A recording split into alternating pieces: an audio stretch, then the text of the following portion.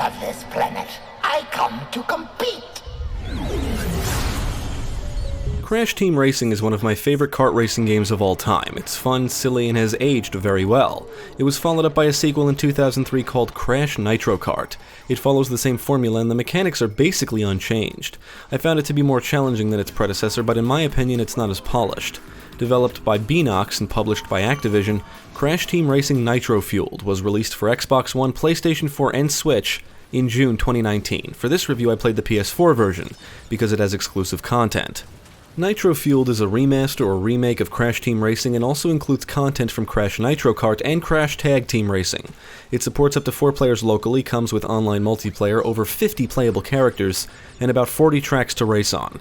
Now let's take a look at Crash Team Racing Nitro-Fueled and see if it captures the magic of the original.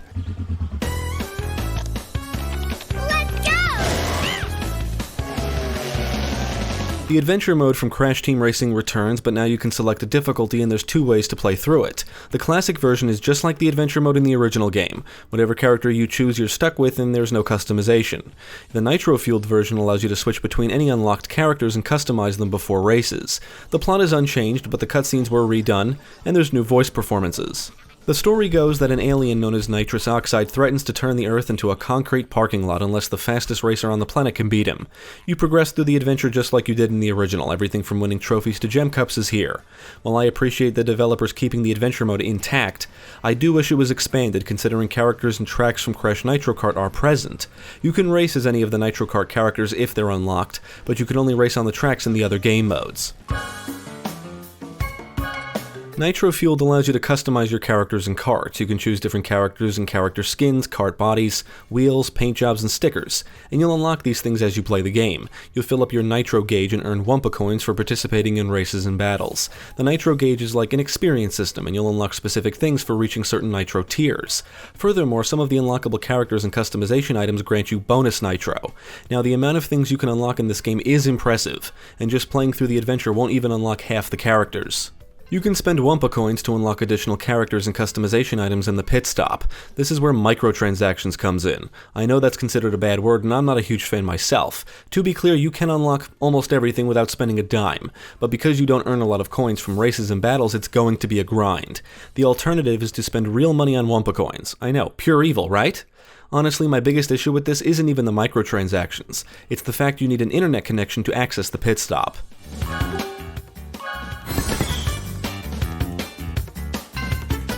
There's over 50 playable characters, which includes the characters from Crash Team Racing and Nitro Kart. You can even race as Spyro and the Flag or Trophy Girls from Crash Team Racing.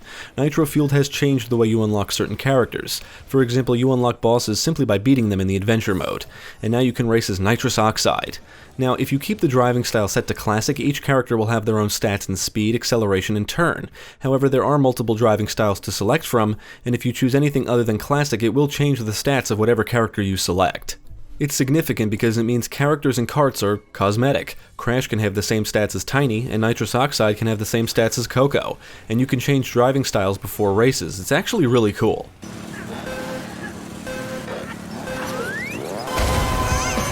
The mechanics from Crash Team Racing are present. You can accelerate, turn, brake, drive in reverse, hop, power slide, and perform power slide boosts. And power slide boosting is the key to winning races. You start a power slide and when the turbo meter turns red, you can activate a boost. You can do this 3 times in a row during a power slide.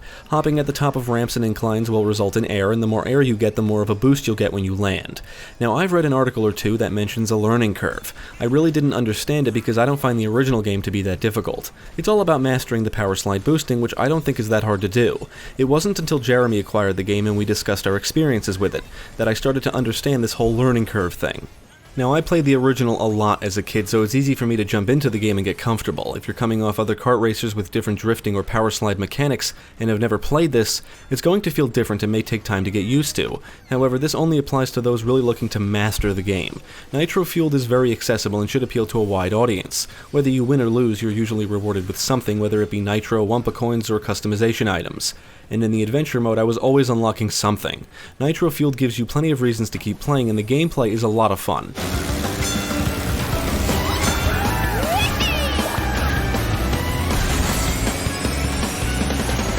Scattered around the tracks are crates that will contain power-ups or Wumpa fruits, and in the Nitro Kart tracks are special crates that activate or change something on the tracks when broken. Every now and then you'll come across glowing crates, which contain a rare or golden Wumpa. Once broken, the Wumpa flies out and you have to catch it. If you do, you'll be rewarded with bonus Wumpa coins at the end of the race. All of the power-ups from Crash Team Racing are present, and collecting 10 Wumpa fruits will juice them up or make them more powerful. Even the power-ups previously exclusive to the battle mode return, except in Nitro-Fueled the Super Engine power-up was made available in online races. Some power-ups can be fired forwards and backwards, and many of them can be used defensively and defensively. If you know a tracking missile or bowling bomb is coming for you, lay down an explosive crate or beaker at the right time to block it. The power shield will not only protect you, but it doubles as a projectile. In my experience, the opponent's AI never seems to get power-ups like the Warp Orb or Entropy Clock, at least not on the medium difficulty. On hard, I saw them use both. Also, the power-ups in the single player don't always feel balanced. I could be in second and would get things like a Warp Orb or Invincibility Mask.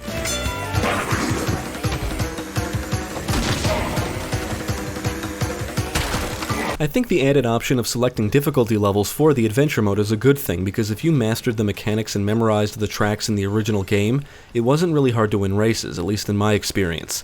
I played through the Nitro-Fueled adventure mode on medium, and I found the gameplay to be more challenging but still leaned towards the easy side. I found the bosses to be the most challenging AI opponents, since they constantly drop power-ups like beakers and explosive crates behind them, or they'll fire bombs. Most of the time I didn't have any trouble, but if the game doesn't want you to win, it's not always subtle about it. In some races I would become the victim of an onslaught of attacks or a series of them. For example, a missile would hit me, then maybe a bomb, then I would recover and an opponent would drop something right in front of me. It almost felt like Mario Kart Wii levels of cheapness. Thankfully, this didn't happen often, and if I lost the lead, it was usually my own fault. There is definitely rubber banding going on, but if you have the tracks memorized and have the power slide boosting down, it can be easy to gain a significant lead, so that even if you mess up, you're still far enough ahead that opponents cannot catch up with you. I did play through a cup on hard just to see how difficult the gameplay is, and it's quite challenging. The AI doesn't mess around. It's a significant jump in difficulty too. I would struggle to stay in the top 5.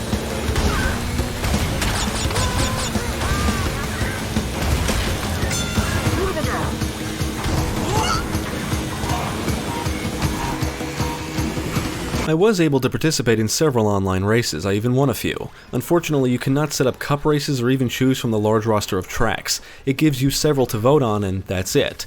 There was a series of limited-time Grand Prix events, and they each came with new content like characters, tracks, and customization items. And best of all, they were free. The Gas Moxia Grand Prix was the last one as of this review, and I bought the game while it was still going. Whether you missed out on the events or not, you'll receive the content that comes with them either way. Luckily, there's numerous game modes to play through, whether you're playing solo or with others locally. Jeremy, Matt, and I played in the single race and cup race modes. The cups consist of a series of tracks where your finishing position determines how many points you earn. Whoever has the most points at the end of a cup wins, and there's a lot of cups to choose from. In single race, you can choose to race on any track of your choosing. Whether it's a single race or cup race, you can select the difficulty, set up your racer, and enable mirrored tracks if you so desire. Time trial returns, and the goal is to try and set record times on each track. If you get a low enough time, you'll unlock the Entropy Ghost, and beating it will unlock the Nitrous Oxide Ghost. You can now partake in Relic races, CTR challenges, and Crystal challenges outside of the adventure mode, and Ring Rally is a new mode added in one of the updates. The objective is to drive through as many rings as possible before the timer reaches 0. Driving through a ring grants you points, a boost, and adds more time to the clock. I actually found this mode to be pretty addictive.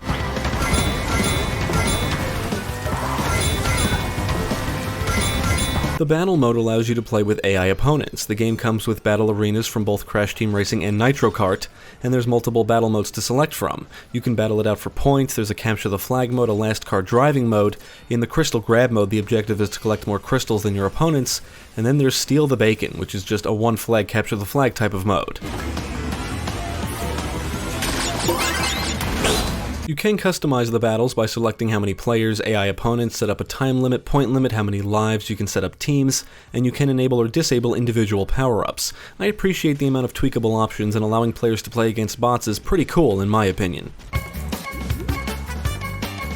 There's around 40 tracks in the game. The PlayStation 4 version comes with an exclusive track called Retro Stadium, which is just a pixelated looking version of the Turbo track.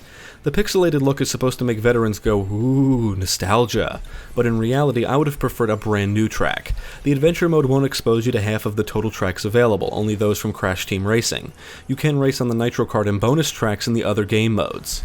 One of the bonus tracks is Spyro Circuit. It's set in the Spyro universe, crates are chests, and Wumpa fruits are gems. It's awesome. There's another bonus track with dinosaurs. If you've played the previous games, all of the returning tracks should be familiar. The layouts and hazards are the same, they've just received a facelift. Needless to say, there's a good variety of tracks. My only gripe is that the anti-gravity parts of the Nitro Kart tracks were removed, but I'm guessing this is because there are numerous different karts available, including different hover karts.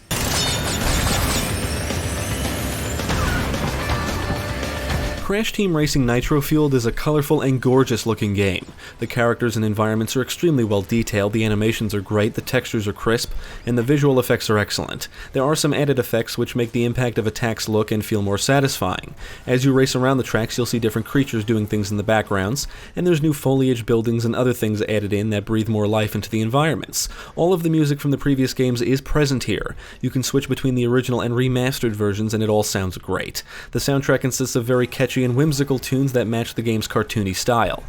I found the sound effects to be pretty good overall. Some of the karts sound weak, but the sounds of explosions and opponents making contact with power-ups are satisfying. There's a nice rumbling sound when bombs are rolling around. The characters will shout and spout lines during races, and whenever I heard Fake Crash, I would chuckle. Dude sounds goofy as fuck, I love it.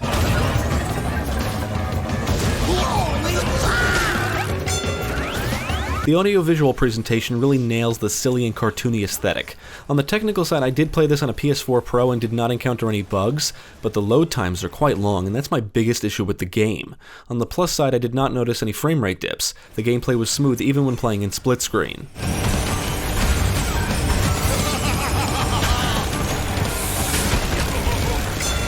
I love Nitro-Fueled. I think it's one of the best games for the PlayStation 4. The microtransactions do suck, but the sheer amount of content available is impressive, and most of it's free. As of this review, there's only one DLC you would have to pay for. The post-release support for this game has been incredible, and the result is one of the best kart racing games available for the 8th generation. There's a ridiculous amount of characters to race as, an excellent variety of tracks to race on, you can play with others online or locally, and I welcome all the additional game modes and features. I really enjoy the customization and how the game is constantly rewarding you. There's a crazy amount of shit to unlock. I do wish the adventure mode was extended with additional areas to accommodate all of the Nitro Kart tracks, and the long load times can be annoying. But I don't have many negative things to say about Nitro-Fueled. I enjoyed every second of it. I would absolutely recommend Crash Team Racing Nitro-Fueled to fans of the previous games and the genre in general. It has become one of my favorite kart racing games of all time. If you're one to go for 100% completion, set record times on every track, or just like to try and experience everything, Nitro-Fueled should keep you occupied for quite some time. Overall, it's a great package with plenty of reasons to keep you playing. Definitely check it out. See you on Gasmoxia!